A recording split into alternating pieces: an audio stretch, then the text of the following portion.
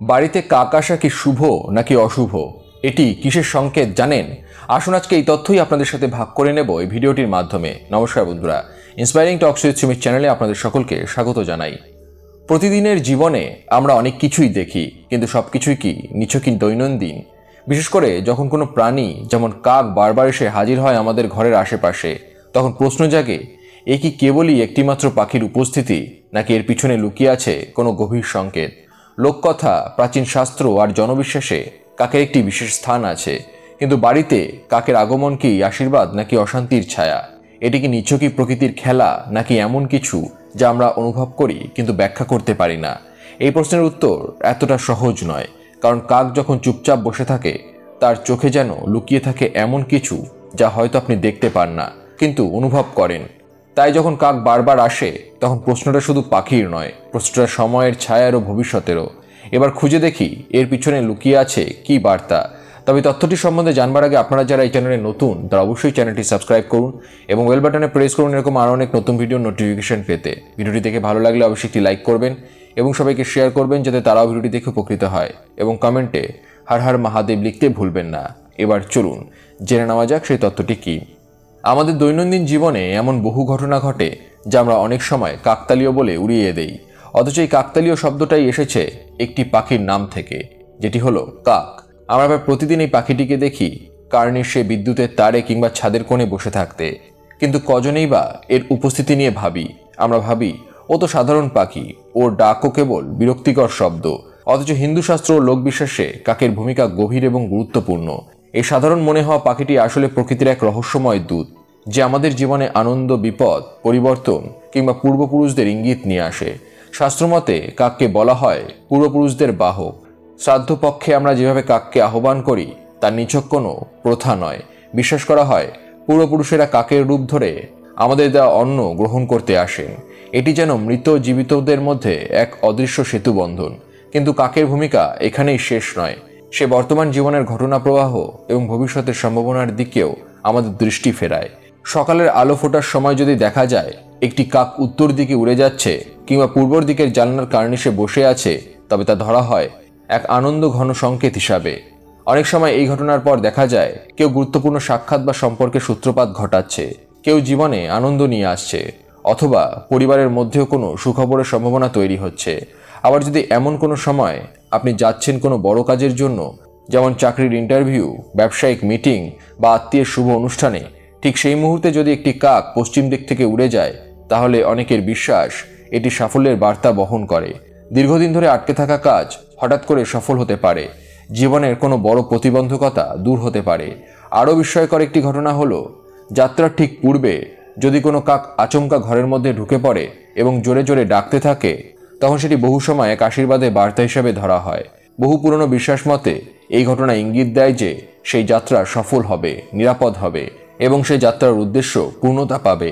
কেউ কেউ বিশ্বাস করেন এটি যেন ঈশ্বরের তরফ থেকে পাঠানো এক সতর্ক বার্তা বা আশীর্বাদ। তবে কাকের উপস্থিতি সবসময় শুভ হয় না। কখনো কখনো সে আসে সতর্ক বার্তা দিতে। ধরুন হঠাৎ করে অনেকগুলো কাক এসে একসঙ্গে আপনার বাড়ির ছাদে, জানালার পাশে বা গাছে এসে উচ্চস্বরে ডাকতে শুরু করলো, তখন সেটিকে কেবলমাত্র পাখির আচরণ বলে এড়িয়ে যাওয়া বুদ্ধিমানের কাজ নয়। হিন্দু শাস্ত্র ও লোকবিশ্বাসে একে অশনি সংকেত হিসাবে ধরা হয়। এর মাধ্যমে জীবনে প্রবেশ করতে পারে মানসিক চাপ, পারিবারিক কলহ, অসুস্থতা কিংবা কোনো দুঃসংবাদ। এই সময় বাড়ির পরিবেশ বিশ্লেষণ করা, নিজেকে একটু বেশি সতর্ক রাখা এবং পারিবারিক শান্তি রক্ষায় উদ্যোগ নেওয়াই উপযুক্ত। আরও গুরুতর সংকেত আসে তখন যখন দেখা যায় একটি কাক দক্ষিণ দিকে এসে বসেছে এবং দীর্ঘদিন থেকে যাচ্ছে। জ্যোতিষমতে এটি পিতৃদোষের লক্ষণ হতে পারে। পূর্বপুরুষেরা হয়তো আমাদের জীবনের কোনো উপেক্ষা বা ভুলের জন্য অশান্ত। এমন অবস্থায় শ্রাদ্ধ, তর্পণ, দান বা বিশেষ পূজার আয়োজন করা উচিত বলে মনে করা হয়। প্রয়োজনে পুরোহিত বা জ্যোতিষীর পরামর্শ নেওয়া প্রয়োজন, যাতে পূর্বপুরুষদের শান্তি কামনা করা যায় এবং পরিবারের উপরে অশুভ প্রভাব সরানো যায়। কাকের ডাকের সময়ও গুরুত্বপূর্ণ। খুব ভোরবেলায় কাক ডাকলে অনেক সময় সেটি নতুন কোনো সুযোগ বা জীবনে পরিবর্তনের ইঙ্গিত হতে পারে। এটি নতুন সূচনার প্রতীক হতে পারে। আবার সন্ধ্যার সময় কাকের ডাক শোনা গেলে তা আমাদের আত্মসমালোচনা বা গভীর চিন্তার দিকে ঠেলে দেয়। সম্ভবত আপনি এমন কোনো সিদ্ধান্ত নিতে চলেছেন যার প্রভাব ভবিষ্যতের উপরে পড়বে। তখন নিজেকে একটু সময় দিয়ে ভেবে দেখা প্রয়োজন। এইভাবে যদি আমরা কাকের অবস্থান, দিক, আচরণ এবং সময় সব মিলিয়ে পর্যবেক্ষণ করি তাহলে বুঝতে পারবেন যে কাক শুধু একটি মাত্র পাখি নয়, বরং প্রকৃতির এক সূক্ষ্ম দূত, যে আমাদের সঙ্গে প্রতিনিয়ত যোগাযোগ করার চেষ্টা করে। আধুনিক বিজ্ঞান হয়তো এর ব্যাখ্যা দিতে পারবে না, কিন্তু শতাব্দী ধরে আসা শাস্ত্র, লোককথা এবং আধ্যাত্মিক বিশ্বাস এই পাখিকে এই গভীর অর্থপূর্ণ রূপ দিয়েছে। এই প্রাকৃতিক বার্তাবাহক যখনই আমাদের আশেপাশে আসে তখন একটু মন দিয়ে ভেবে দেখুন, তার অবস্থান, দৃষ্টিভঙ্গি, আচরণ সব যেন এক রহস্যময় গল্প বলছে, যার অর্থ শুধুমাত্র মন দিয়ে উপলব্ধি করা সম্ভব। কারণ প্রকৃতি কখনো জোরে কথা বলে না, সে শুধু ইঙ্গিত দেয়, আর সেই ইঙ্গিত বুঝে নেওয়াই হলো প্রকৃত উপলব্ধি। আসুন এবার কিছু অনুপ্রেরণামূলক উক্তি শুনে নেওয়া যাক। আপনার সাহসকে বলবেন না আপনার সমস্যা কত বড়, বরং আপনার সমস্যাকে বলুন আপনার সাহস কত বড়। জীবনে জেদি হতে শেখো, তোমার ভাগ্যে যা লেখা নেই তা অর্জন করতে শেখো। যদি মনে করো তুমি পারবে কিংবা মনে করো তুমি পারবে না, দুক্ষেত্রেই তোমার বিশ্বাস সঠিক। শুধু কাপুরুষরাই অসম্ভব শব্দটি ব্যবহার করে, সাহসী এবং জ্ঞানী ব্যক্তিরা তাদের নিজস্ব পথ তৈরি করে। জীবনযুদ্ধে একাই লড়তে হয়, কারণ মানুষ শুধু সান্ত্বনা দেয়, সমর্থন নয়। সাফল্য হয়তো একদিনে মিটবে না, কিন্তু কঠোর পরিশ্রম করলে একদিন তা আসবেই।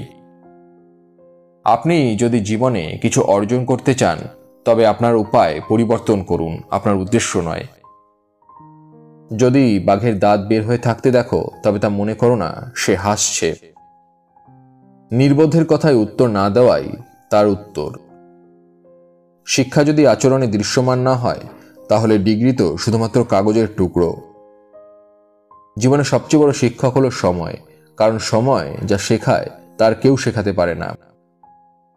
আপনি সঠিক হলে কিছু প্রমাণ করার চেষ্টা করবেন না, কারণ সময় ঠিক উত্তর দিয়ে দেবে। জীবনে কতবার হেরেছ সেটা কোনো ব্যাপার না, কারণ তুমি জীবনে জেতার জন্য জন্ম নিয়েছ। সফলতা কখনোই হঠাৎ করে আসে না, প্রতিদিনের নিষ্ঠার ফল সে। তুমি যেভাবে নিজের গল্প বলো, জীবনও সেইভাবেই এগোয়। নিজেকে ছোট মনে করো না, তোমার ভেতরেই আছে এক মহাশক্তি। আজকের কষ্ট আগামী দিনের তোমার গল্প হবে। তোমার ভয় তোমাকে থামাতে পারে না, যদি তুমি সামনে এগিয়ে যাও। যত কঠিন সময়ই আসুক, তুমি ভেঙে পড়ার জন্য না, জেগে ওঠার জন্য। তুমি নিজেই তোমার প্রতিযোগী, তুমি নিজেই বিজয়ী। তোমার জীবন যেমনই হোক, সবসময় কিছু গড়ার সুযোগ আছে। ভুল করাটা অপরাধ নয়, না শেখাটাই সমস্যা। কোনো কিছু পাওয়ার জন্য আগে নিজেকে প্রস্তুত হতে হয়। স্বপ্নের পিছনে ছুটে যাও, কারণ স্বপ্নরাও সাহসীদেরই বেছে নেয়। সবার আগে নিজের প্রতি সৎ হও, তবেই সাফল্য আসবে। বন্ধুরা, ভিডিওটি দেখে যদি ভালো লাগে তাহলে অবশ্যই লাইক করবেন এবং সবাইকে শেয়ার করবেন, যাতে তারাও ভিডিওটি দেখে উপকৃত হয়। সবাই ভালো থাকুন, সুস্থ থাকুন এবং মনের বশে নয়, মনকে নিজের বশে রাখুন। ধন্যবাদ।